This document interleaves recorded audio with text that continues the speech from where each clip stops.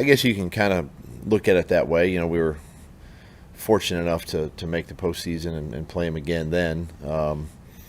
But it's a good football team. You know, they're well coached. It's a disciplined group. Great players over there. Great quarterback. You know, obviously with Chris Jones gives them a shot on defense there, and we'll see where Kelsey's at this week. And you know, and we've got to look at what we did last year or what we didn't do. You know, there were some opportunities we missed. You know, that we've got to take a look at those and just make sure we capitalize. And we know it's going to be, you know, a 4-quarter physical football game. Is there really a way to game plan for Travis Kelce? You played him a couple times now, but I mean, is he sort of, I don't know, above game planning is the right term, but do you know what I mean? Kind of. I mean, he's a difficult tight end. You know, they move him all over the place with motions and formations and different things, and he's very shifty, you know, and elusive that way, and it is hard to defend him, you know, but you have to have a plan. You know, you have to go in with a plan. You can't, I don't think, not have a plan for it, you know. So yeah, we'll be prepared for it, you know, for him, and just see where he's at.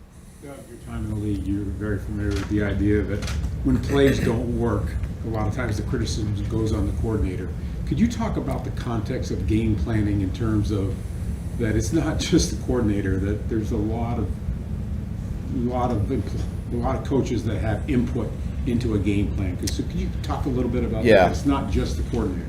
Yeah, I mean, it is. You're right. It's not just the coordinator, although he's in charge, you know, obviously, and yet, you know, we sort of implore our staff, our assistants, you know, different aspects of the game plan, and let them focus on that, because you can watch it all, but you really can't study it the way you want to study it, you know, and this is why you hire, in my case, you hire, you know, coaches who have had game plan experience, who have done certain things within an offense, and they can all assist, you know, the coordinator, and they can help the coordinator in those planning moments. The coordinator obviously has final say, you know, in what goes in the plan, but it does help him as he prepares, you know, for the week, and it's not just about putting the right plays in the game plan. It's also scheduling practice and who's doing the scripts and cards and who's breaking down tape and all those kinds of things during the week as well. So, you know, there's a lot more to it than just putting plays together. You mentioned that the coordinator has final say, but ultimately, isn't it the head coach that, you know, I mean, you have veto power. If it's 4th and 2 with 5 minutes to go, yeah. I mean. Yeah, I can say go for it. He can call the play, you know, but we're all, listen, those are things that we're on board before we get there, right? Those are all conversations and situations that have been discussed prior to the game, and so we're on the same page with the decision, number one, and number two, the play call at that time. You know, generally speaking, how many coaches, in your experience in Philly and in here, are really involved in putting the game plan together? Is it 3, 4, 5? The offensive game plan, I mean. That you talking about on staff? Yeah. On a normal staff? Yeah. I mean, for us, it's all of them. You know, quite honestly. Now, some have more input than others, obviously, but because other coaches are geared more toward preparing their meetings and their classrooms during the week. So, but yeah, we challenge all our assistant position coaches to have some element of game planning. Not that this team needs a confidence boost or anything, but wouldn't it say something about where you guys are at if you knocked off the champs? I don't know. It's early. It's week 2. You know, a lot of football ahead. You know, I mean, obviously it'd be a great win for us, but you know, quite frankly, it's not how you start; it's how you finish. You know, and you know, I know this with a Coach Reed led team. You know, his teams always finish fast, and it doesn't matter what happens early in September. You know, and you know, for us, yes, I mean, it would be a great opportunity to pull one out, and a little bit of a benchmark, I think, to where we are as a football team. We've got to play better. By no means are we where we want to be too. You know, the Colts game was an indication of that. So we got some work to do ourselves. Have you found that between weeks 1 and week 2, most teams clean that stuff up? You do. After having a full game and the guys play and seeing the mistakes and the excitement of week 1 is not there anymore. The mistakes go away a little bit.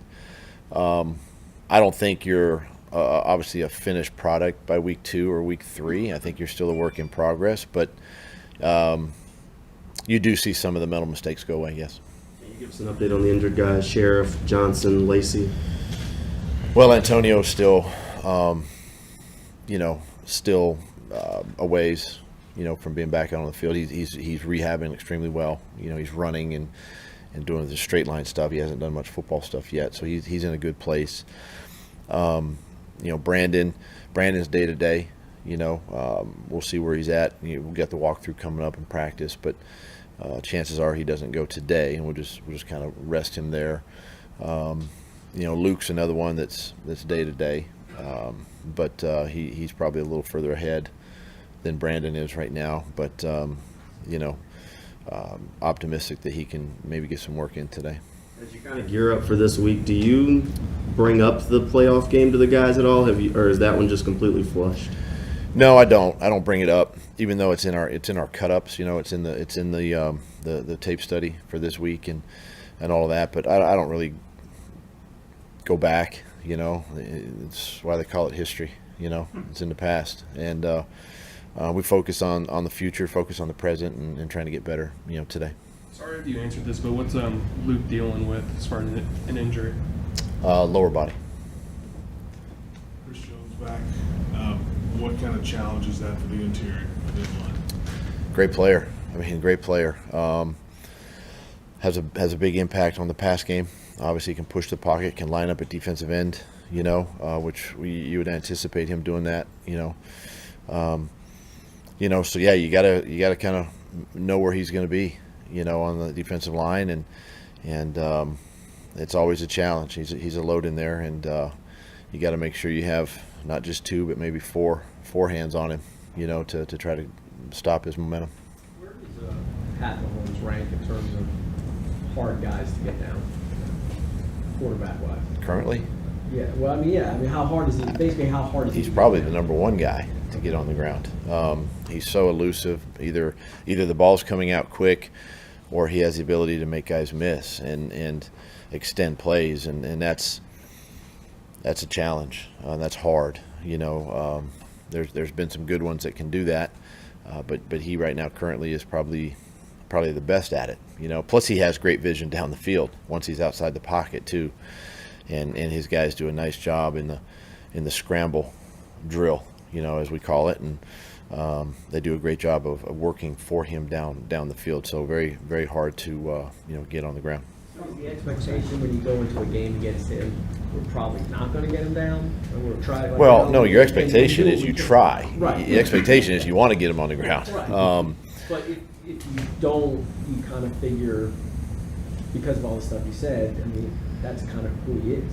Yeah, it's it doesn't mean you stop your pass rush. You got to continue to pursue, and then it challenges your back end guys, right, to make sure that they stay close to the receivers and tight ends, and but yeah, it's a challenge. Obviously, do your best you can to get them down.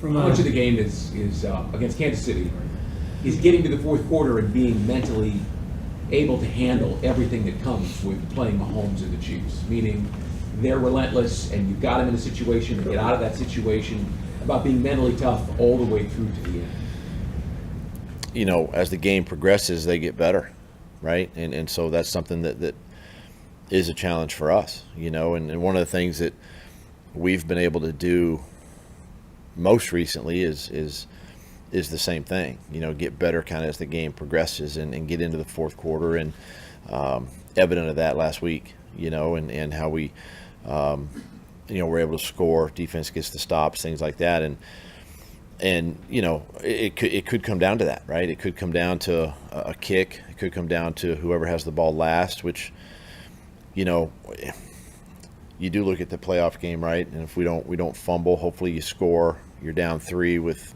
5 minutes to go. You get the so it's going to come down to those types of moments, and we've got to be prepared for that. Not only as a coaching staff but as players, and but anytime you're playing, these types of teams, you've got to be ready for that fourth quarter. You spent last season with Jawan Taylor. After last week's game, a lot of people were focused on his get off at the snap. Is that something, now that you've seen it in person, that you talked to the refs about before the game, or? I'm sure they've been notified, after that first game on Thursday night. But again, good player.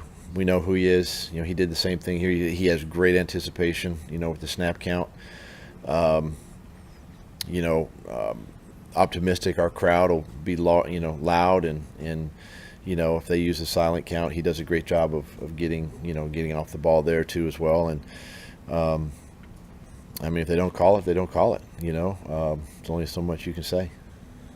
Is there any credence to maybe Josh Allen knowing Jawan a little better than maybe most offensive tackles, or even vice versa? Yeah, I think there's obviously that familiarity, being teammates for several years, and kind of knowing each other a little bit there. This is gonna be a good little matchup to watch. Whether it's Josh or Trayvon, over there, and Jawan's a really good young football player that played well last week, and against another fine young defensive end, and our two guys, their work's cut out for them. What sticks with you most from that playoff game? Was it the 98-yard drive, the fumble you talked about, or maybe not being able to get to a hobbled Patrick Mahomes? Yes. Yes. Yes. I just think of it. There were some missed opportunities by us. Obviously those that you mentioned. Those are critical, and those are big, and all of that. But I felt like too we just missed the opportunities that were there. Whether that's the outcome of the game or not, who knows? But maybe fortunately for us, it was a learning experience, right? And something that our young football team can take away from moments like that. When you're playing good teams like this and defending world championship teams, you can't make those mistakes, and expect to win. Some of the guys have used the words like this game's personal, or called it a playoff type game. Do you like the guys going into the game thinking about it like that? I think it draws attention, focus, to the players, that they see it that way. And look, I've been on the other side of this too, where when you're the defending champion, the bullseye is on your back, right? And you have, you're getting everybody's best each week, and so I can understand that from both sides. But yeah, I think it draws the focus, internally, keeps it about us and what we're trying to do. And as I said, it's a long season, but it's great to have matchups like this early to see where you're at as a football team. Thanks, Coach.